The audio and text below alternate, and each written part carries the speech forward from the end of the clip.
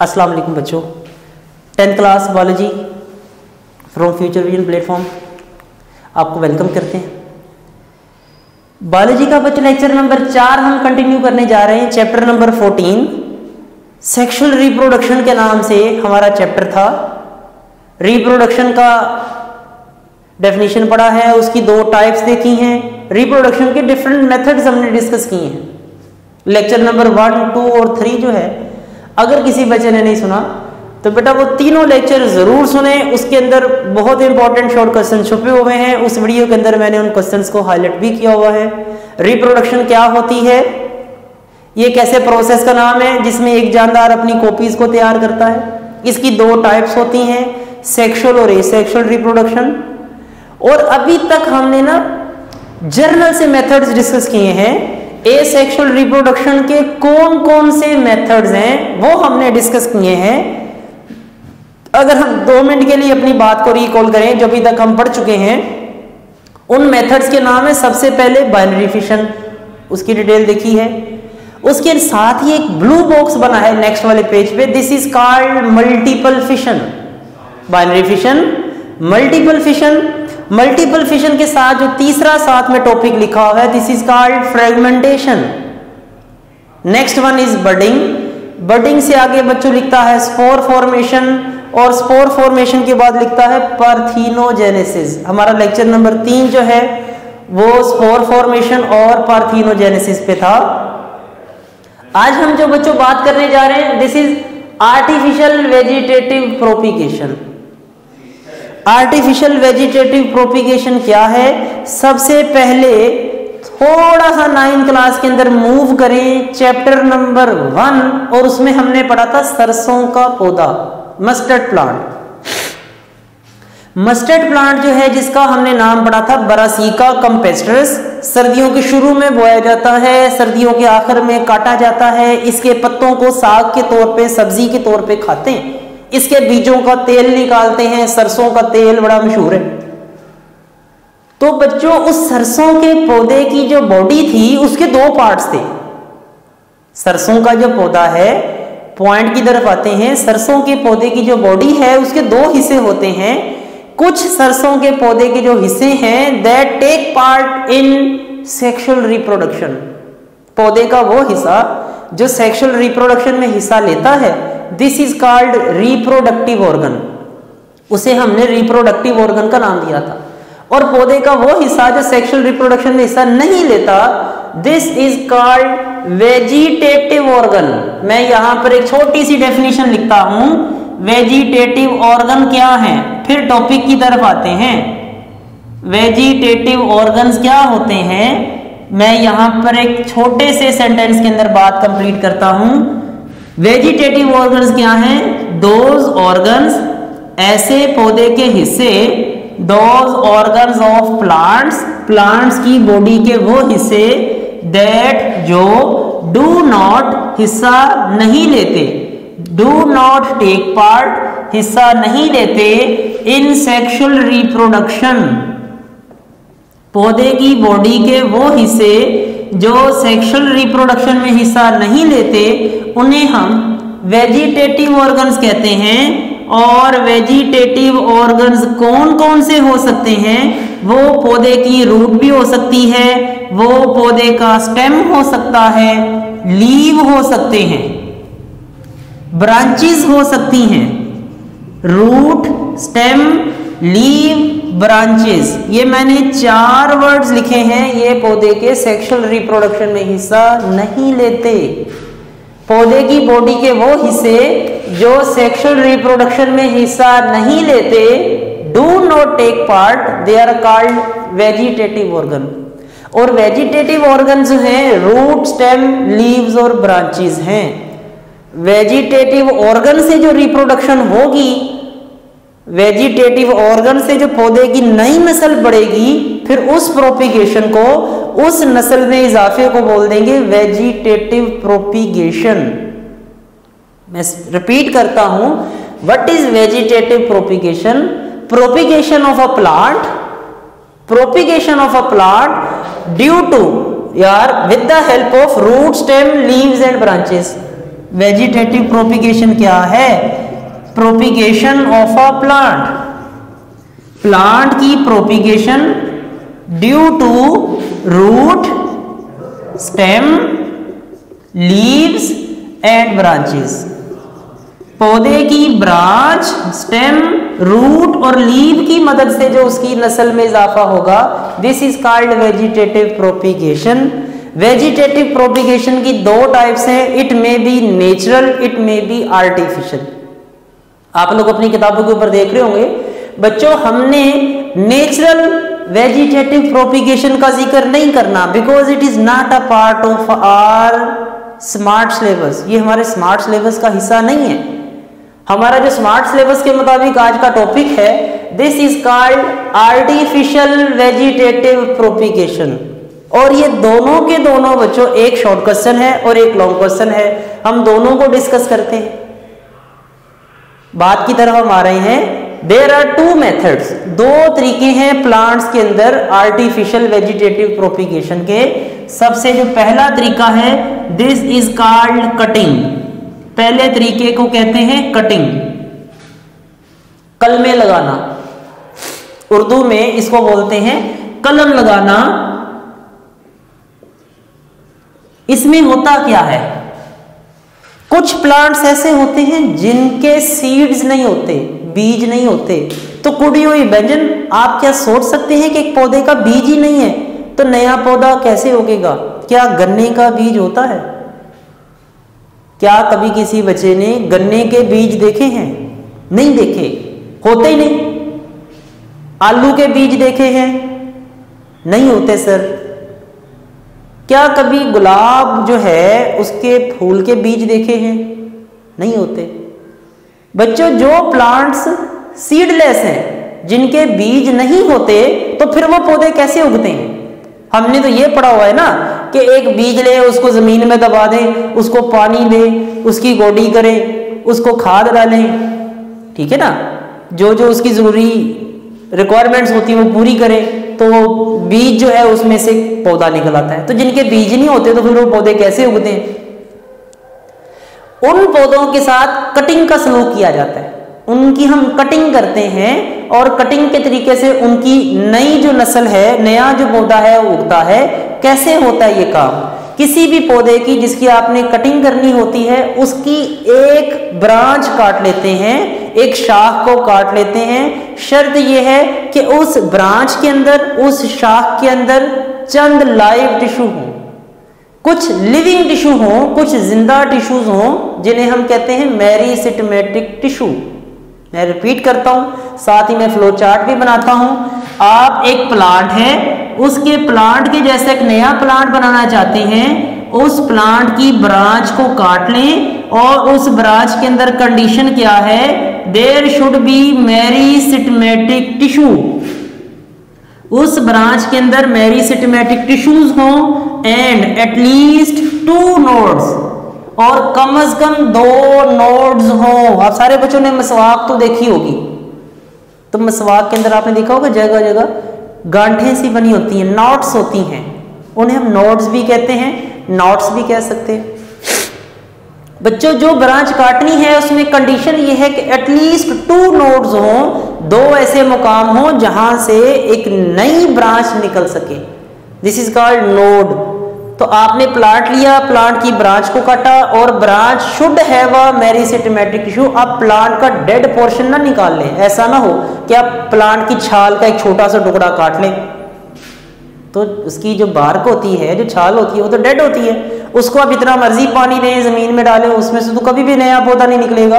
आपने जो ब्रांच काटनी है, कंडीशन ये है कि it should have meristematic tissue, उसमें मेरिस्टेमेटिक टिश्यू हो और उसमें कम से कम 2 नोड्स भी हों, और उस ब्रांच को आपने किसी कलम की तरह तराश देना है। उसका एक हिस्सा जो है आपने इंक्लाइन कर देना है, लाइक दिस, इस तरह से, यूं। हम ये इंक्लाइन क्यों करते हैं? ताकि ये जमीन के अंदर जब दबाया जाए तो ये ज्यादा से ज्यादा जमीन से वाटर और मिनरल्स को ऑब्जॉर्ब कर सके। ये ब्रांच हमने काटी है, ब्रांच को काट के इसको हमने जमीन में दबा दिया है, ये जमीन की सरफेस है। इस तरह से दबाया जाता है कि इसकी कुछ नोड्स जो हैं वो सॉइल के अंदर चले जाए, मिट्टी के नीचे आ जाए, और कुछ नोड्स जो हैं वो मिट्टी से ऊपर हो। ये जो ब्रांच है जिसको हमने जमीन में दबा दिया है, जमीन के अंदर अब वाटर भी है, जमीन के अंदर साल्ट्स भी हैं, जमीन के अंदर मुख्तलिफ किस्म के मिनरल्स हैं जिसकी इस प्लांट को जरूरत है। ये प्लांट जो है, ये पौधा जो है, ये उन सारे मिनरल्स को, वाटर को जमीन से अब्जॉर्ब करता है, और अब्जॉर्ब करने के बाद इसके जो लिविंग टिश्यूज होते हैं they start dividing. 9th class में हमने पढ़ा था मेरिस्टेमेटिक टिश्यूज होते हैं, इनके अंदर एबिलिटी है, they can grow, growth ability इनके अंदर होती है। तो चंद ही दिनों के बाद ये जो मेरिस्टेमेटिक टिश्यूज हैं, इन्हें चूंकि स्टिमुलस मिल जाएगा, इन्हें सारे न्यूट्रिएंट्स मिलना शुरू हो जाएंगे, तो पौधे का ये जो हिस्सा है, ये जो ब्रांच हमने काटी है, इसका एक हिस्सा जमीन की सरफेस से ऊपर आना शुरू हो जाएगा, और इसका नीचे वाला हिस्सा डेवलप होकर नीचे की जानिब रूट बना देगा, ऊपर वाला हिस्सा डेवलप होकर शूट बना देगा, और एक पौधा जो है उसकी एक शाख जो है उससे हमने एक नया पौधा बना लिया। कभी किसी बच्चे ने गन्ने को, किसानों को गन्ने की फसल, कमाद की फसल लगाते देखा है? अगर किसी बच्चे ने देखा है तो उसको पता होगा कि गन्ने के तो चूंकि बीज नहीं होते, तो गन्ने की फसल कैसे उगती है? क्यारियां बनाने के बाद, पानी वगैरह लगा देने के बाद गन्ने के ही छोटे छोटे टुकड़े होते हैं, गन्ने के ही छोटे छोटे टुकड़े होते हैं, उनको मिट्टी, गीली मिट्टी में डाल के ऊपर से दबा दिया जाता है। गीली मिट्टी के अंदर उन गन्नों के छोटे छोटे टुकड़ों को दबा दिया जाता है, और वक्त पर पानी दिया जाता है, और उसकी जो भी उसकी जरूरी रिक्वायरमेंट्स हैं वो पूरी होती हैं, तो गन्ने की फसल गन्ने के छोटे छोटे टुकड़ों से तैयार हो जाती है। आलुओं के बीज नहीं होते हैं, तो आलुओं की भी छोटी छोटी आंखें काट ली जाती हैं, उन्हें हम आम एग्रीकल्चरल लैंग्वेज में आंख बोलते हैं, उन्हें हम नोड्स भी कहते हैं। आलुओं के छोटे छोटे टुकड़े ले लिए जाते हैं, और उन आलुओं के टुकड़ों को जमीन में दबाया जाता है, और उन आलुओं के टुकड़ों से एक नया जो है वो पौधा ग्रो करता है। तो ये जो प्रोसेस है बच्चों, इस प्रोसेस को कटिंग कहते हैं। लेकिन कटिंग के लिए शर्त जरूरी है कि उस ब्रांच के अंदर एटलीस्ट क्या हो, 2 नोड्स हो, कुछ नोड जमीन के अंदर हो, कुछ नोड जमीन के ऊपर हो। इसी तरह जो गन्ने का टुकड़ा हमने दबाना है, तो उसके अंदर भी आपने देखा है गन्ने के अंदर इस तरह से ना सेगमेंट्स होते हैं, लाइक दिस, इस तरह से, ऐसे गन्ना कुछ यूं होता है, शुगर केन, तो उसके अंदर भी ये नोड्स हैं, इसके अंदर भी नोड्स का होना जरूरी है। आप गन्ने का कितना सा टुकड़ा जमीन में दबा दें और एक्सपेक्ट करें कि इससे नया गन्ना निकले, ऐसा पॉसिबल नहीं है। तो गन्ने के अंदर भी नोचीज का होना जरूरी है, उसके अंदर भी नोचीज का होना जरूरी है। इसी तरह जो आलू की फसल है, आलू का पौधा है या अरवी है, उन प्लांट्स की जब हम कल्टीवेशन करते हैं तो उसके अंदर भी आपने आलू को अगर डीपली ऑब्जर्व किया हो तो आलू के ऊपर कुछ पिट्स होते हैं, कुछ गड्ढे से होते हैं, कुछ खड्डे से होते हैं। अगर नहीं किया तो बेटा ये सारे बच्चे देखना, आलूओं के ऊपर ना कुछ पिट्स होते हैं, सुराख से होते हैं, डिप्रेशंस होते हैं। ये जो डिप्रेशंस होते हैं, ये जो गड्ढे होते हैं, ये गड्ढे इस बात का सबूत होते हैं, ये वो जगह होती हैं यहां से आलू के पौधे का नया प्लांट निकल सकता है। तो जब आपने आलू के पौधे को जमीन में डालना है, पोटैटो की ग्रोथ करवानी है, तो पोटैटो के अंदर भी चंद नोचेज होने चाहिए, चंद डिप्रेशंस होने चाहिए। ये जो प्रोसेस है इसे हम कलम लगाना बोलते हैं, इसे हम कलमे लगाना बोलते हैं, कटिंग का तरीका बोलते हैं। दूसरा जो तरीका बच्चों हमारी बुक में लिखा हुआ है, this is called grafting. Cutting का जो तरीका है, it is a long question, right a detail note on cutting. Cutting पे नोट लिखें, ये हमारा लॉन्ग क्वेश्चन है। दूसरा जो हमारा क्वेश्चन है that is grafting. Grafting, grafting में क्या करते हैं? ग्राफ्टिंग भी वेजिटेटिव प्रोपिगेशन एक सिंपल सा मेथड है। ग्राफ्टिंग के तरीके में क्या किया जाता है, 2 प्लांट्स लिए जाते हैं, एक प्लांट है, उस प्लांट का नाम है प्लांट ए, ये है एक प्लांट, इसका नाम है प्लांट ए। और दूसरा प्लांट मैंने यहां बनाया, this is called plant B, और मैं इसको रेड कलर से शो कर देता हूं, this is a plant B. किसी भी प्लांट का स्टेम का छोटा सा टुकड़ा काट लिया जाता है और स्टेम के छोटे से टुकड़े को काट के किसी दूसरे प्लांट के स्टेम के साथ जोड़ दिया जाता है। शर्त यह है कि जो दूसरा प्लांट है उसकी रूट्स जमीन के अंदर फैली हों, ये रूट्स हैं। मैं फिर से बोलता हूं, किसी प्लांट बी के स्टेम का छोटा सा पार्ट जिसके अंदर वास्कुलर बंडल्स हों, जाइलम और फ्लोएम हो, किसी भी बी प्लांट का एक छोटे से स्टेम का हिस्सा काट लिया जाता है। यहां पर बच्चों मैं हाईलाइट कर देता हूं, यहां से मैंने एक छोटा सा स्टेम का टुकड़ा काट लिया है, ये ले, ये मैंने एक छोटा सा पीस काट कर अलग कर दिया है और उसको किसी दूसरे प्लांट के स्टेम के साथ चिपकाने लगा हूं। शर्त यह है कि जिस प्लांट के साथ मैंने चिपकाना है उसे, उस पौधे की जड़ें जमीन के अंदर मौजूद हों, वो पौधा जिंदा हो, जमीन से वो मिनरल्स को और वाटर को अब्जॉर्ब कर रहा हो। ये प्लांट है, इसके अंदर भी मैंने इसी तरह का एक छोटा सा निक बना दिया है, एक छोटा सा गैप बना दिया है, ताकि इसके स्टेम का छोटा सा पार्ट इसके अंदर आकर कंप्लीटली फिट हो जाए। जब बी प्लांट के स्टेम का छोटा सा पार्ट स्टेम ए में लगा दिया जाएगा और जिस तरह हड्डी क्रैक हो जाए या टूट जाए, ऊपर प्लास्टर बांध देते हैं और कुछ दिनों के बाद वो हड्डी क्या हो जाती है, जुड़ जाती है। आप लोगों ने देखा है हमारी बोन्स जब फ्रैक्चर होती हैं तो डॉक्टर क्या करता है, डॉक्टर जो है वो सर्जिकली हड्डी को अपनी असली जगह पे वापस लेके आता है, चाहे ऑपरेशन के जरिए करे चाहे बाई हैंड करे। हड्डी जब टूट जाती है, अपनी लोकेशन छोड़ देती है, तो डॉक्टर या फिजिशियंस होते हैं वो क्या करते हैं, वो हड्डी को वापस अपनी असली जगह पे लेके आते हैं सर्जन्स, और बाद में उसको फिक्स कर देते हैं, प्लास्टर चढ़ा देते हैं और 3 माह तक हड्डी को अपनी जगह पे फिक्स कर देते हैं। उन 3 मंथ्स के अंदर वो हड्डी आपस में जुड़ जाती है, पक्का उसके अंदर जोड़ और टांका लग जाता है। बिल्कुल इसी तरह बच्चों, जब हम एक पौधे के स्टेम का छोटा सा टुकड़ा काट के उसको किसी दूसरे पौधे के स्टेम के साथ जोड़ देंगे, फौरन तो नहीं जुड़ेगा, उसको बांध देंगे वहां पे किसी रस्सी के साथ या किसी गम के साथ जब जोड़ देंगे, तो कुछ दिनों के बाद जो बी प्लांट का स्टेम था जो मैंने ए में जोड़ा, ए प्लांट के अंदर ग्रो करना शुरू हो जाएगा, ए प्लांट के अंदर ग्रो करना शुरू हो जाएगा और ए प्लांट के ऊपर ए के फ्रूट्स तो लगेंगे ही लगेंगे, साथ जो बी प्लांट है उसका एक छोटा सा पार्ट जो है उसके स्टेम के अंदर से निकलना शुरू हो जाएगा। This is called grafting. इस तरीके को ग्राफ्टिंग बोलते हैं, इसे आम जुबान में चश्मा लगाना भी बोलते हैं। ये बच्चों हमारे आज के 2 क्वेश्चंस हैं, एक है डिटेल नोट ऑन कटिंग और दूसरा सवाल है हमारा शॉर्ट क्वेश्चन है व्हाट इज ग्राफ्टिंग। ये दोनों क्वेश्चंस बच्चों हाईलाइट कर लें, ग्राफ्टिंग भी सारा ही लिखना है और कटिंग भी सारा लिखना है, दोनों क्वेश्चंस है आपने सारे लिखने हैं। ग्राफ्टिंग जो है ये एक शॉर्ट क्वेश्चन है, ग्राफ्टिंग को एक्सप्लेन करें, डिस्क्राइब द ग्राफ्टिंग। दूसरा right a detail note on cutting, cutting पे तफसीलन नोट लिखें।